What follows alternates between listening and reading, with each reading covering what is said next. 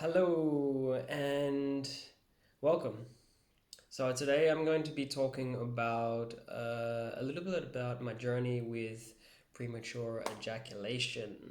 So this is a huge topic. I could go so deep into this, but I just want to share a few key elements that have helped me throughout my life in overcoming this problem that I've had since I started first exploring sex.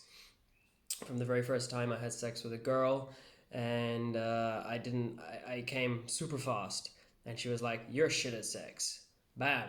That was a huge slap in the face to me that really warped my perception on what sex should be like. Because, well, let's face it, I was watching porn, and when you watch porn, you see these big guys. They're having sex with their girlfriend hard and fast, and they last forever. So I was like, wow, shit. If I'm not like that, then I'm not a real man, right? And the more I share about this, the more I see that so many other people are on this same path. They compare themselves to porn. So this is step one of how you can start to overcome this this in your life. If you feel like you're coming too fast, or you're not able to last as long as you would like to during sex, or like this. So step one would be stop comparing yourself to porn. In fact, stop watching porn if you still are watching porn. Hey, I even fall off the wagon every now and then, and I still fall into watching porn because for me, I used it as an escape. When I was stressed, I would masturbate to porn, and it was my way of escaping. So sometimes when I'm super stressed out, I have this thought in my mind of like, shit, maybe I want to watch some porn, and sometimes I give in to it, and that still happens, so that's totally okay. But I am aware of it, and I know, okay, shit, I've fallen off the wagon. I have to get back into my discipline of not watching porn, and of course, not comparing yourself to these porn stars because of course, porn is fake. It's full of shit. The way that these guys last forever is just bullshit. It doesn't happen like that in sex, of course. So if you're coming too fast, and you're comparing yourself to that, please stop doing that because it's bullshit. Stop watching porn. It's such a huge fuck up, and it's going to warp your mentality about what it is to really make love with a girl or a boy or whoever is watching this. Uh, so please stop doing that. It's just not realistic, and if you come fast, if you take forever to come, there's so many different things that can happen during lovemaking. So it's all a part of the journey. It's all a part of the sex. It's the kissing, there is the kissing, the foreplay, all the things that happen. You fall off the bed, you can't get the condom on. There's a whole lot of shit that happens within sex. So stop comparing yourself. Stop trying to make sex perfect. It is meant to be trial and error. You're meant to try things that don't work out. Things work out. It just happens. It evolves. Stop being so hard on yourself. I was so hard on myself that I was comparing myself to these guys, and I was just like, drilling myself down for not being like them. And of course, I used to also masturbate as a release, a quick release of stress or emotion. Like you have a quick release of like a high ecstasy of the orgasm. You feel good afterwards, but then that doesn't do anything. It's an escape. It's a way of like having a quick release, but it's just you have the same problems going on. So, point number two, have a self pleasure practice where you're more connected to yourself. Have a self pleasure practice without the expectation of coming. Because basically, if you do that, if you just masturbate hard and fast and you come, then good chance that that's going to happen during sex as well. And if that is like, your standard that you've set for yourself, then that is going to happen during sex or lovemaking, whatever you want to call it, with your partner. So I highly recommend this. This is one of the biggest ways that I've overcome this, and I've gotten to the point now where I can also have multiple orgasms. I'll go into that in another video.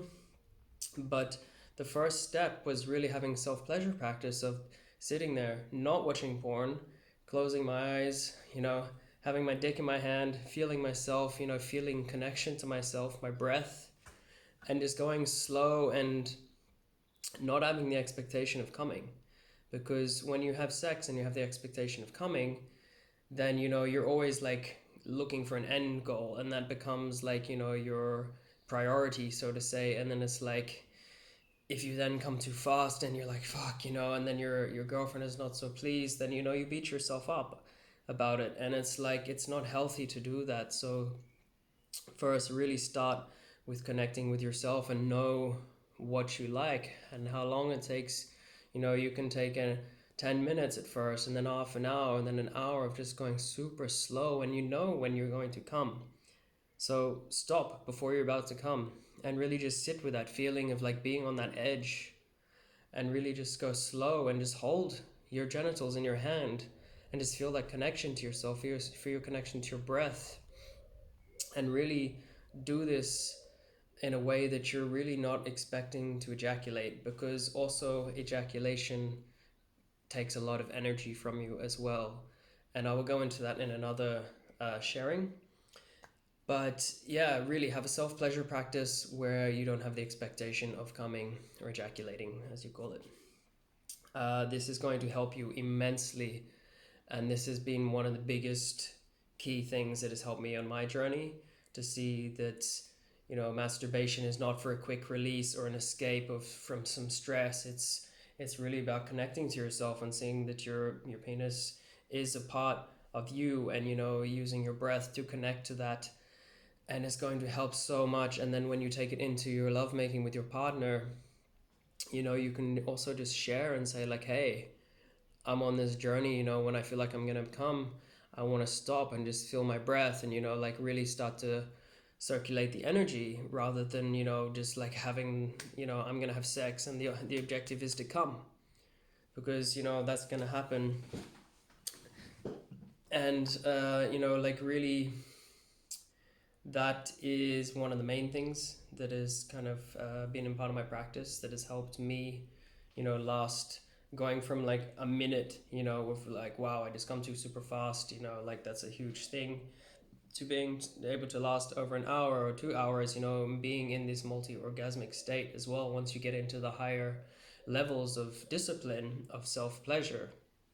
So this is a beautiful place to start. Yeah, and just number 3, slow down. It's not a race.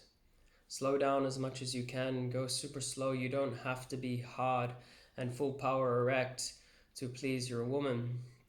You can be soft and inside of her, and still have the beautiful connection, and you can start to circulate your breath, and you can start to kiss and cuddle in a deeper way. You don't have to be fucking hard and fast like a porn star.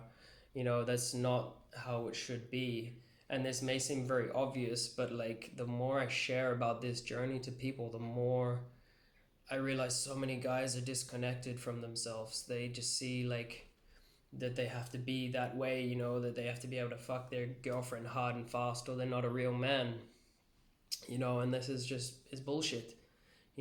Sex is about going slow and connecting, and like you'll find that you can give your girlfriend an orgasm with barely even moving, sometimes not even moving at all. It's very energetical, right? It becomes so subtle that if you're more in tune with yourself, that like you barely have to move at all, and you'll be surprised. And of course, if you feel like you're getting to that edge, then you can also use your fingers or your tongue, foreplay, right? And I feel like you should do this before penetrating or having intercourse, for example, the genitals. That the more you spend time with the kissing and the warming up, the pleasuring with the hands, the tongue, the more your lover or your partner is going to open up to you, the more their body is going to surrender to the experience. Because also there are so many women out there that have had fucked up experiences from guys that have just wanted to fuck them super hard and fast, when they're not really ready and they're not really open, that their juices are not flowing, that they're not warmed up, let's just say that. So a lot of women out there are really traumatized because of these experiences, and because of this, they also don't really know, or they're not really connected also to themselves. So it takes a bit of consciousness from both parties, obviously, to really understand what you both want in this relationship and in sex. So this is why going super slow at first and really communicating communicating about how it feels, if this is too much, if it's not enough, like foreplay to the point where the woman's body is literally inviting you into her, not that you are just fucking penetrating her when her body is not ready, because that causes trauma within the girl's body as well. And then basically, that causes a whole load of other things that can happen. But for now, like this is all I want to share, that communication is key as well, and really the foreplay, the warming up, going super slow with each other, getting to that point where you feel like, okay, maybe I'm gonna come, then slow right down, stop even, be inside each other and stop, breathe together. If you need to pull out completely, and just stop and breathe together, and that's totally fine to just stop and just communicate and just breathe. And because this is like, it's an exchange, it's an experience for both of you. So the more you communicate about this, the more you realize that this is not a problem. It's just that you're on a certain path, a certain journey in stepping into your power, stepping into your power as a man, and going on this conscious journey of wanting to grow and improve yourself. And the more you share about this openly with your partner as well, the more it's going to be easy to do that during lovemaking, because she knows, okay, like, yeah, if you slow down and stop, you want to breathe, you're trying to control yourself. And then there are other practices like from semen retention and this kind of stuff that I can share in another sharing, uh, that help you go deeper into this experience. But the more you tune into yourself and see that this is just yeah, like a lot of people just have a lot of trauma around this, a lot of bad experiences, what they don't want to talk about because they think it's a problem, they think they're broken, they think they're the only one going through this. Like me, I thought I was the only one going through this, and I was like, fuck, I'm just broken. I'm just going to suppress my feelings, my emotions around this subject, because who wants to know about that, And later on in my life, it started to ripple through my life and started affecting my decision making, how I stood in my power in the rest of my life, and how I was relating to women. I was scared of wanting to be intimate with women because it could lead to sex, and I was not lasting long enough. And I was like, okay, I'm just not even going to try. So there's a whole different lot of different things that can happen. And the more I openly share about this, the more I really see that there are so many guys out there that are really on this path, that are hurting, and they've had bad experiences. And yeah, I think it's really beautiful to just share this journey openly, because not enough people talk about it. Not enough people realize that so many other people are on this path that are just suppressing it, and they just push it away, and that it just festers and becomes, it eventually becomes a sickness. It will manifest itself in some other way in your body or your life that starts to become negative or toxic, let's say.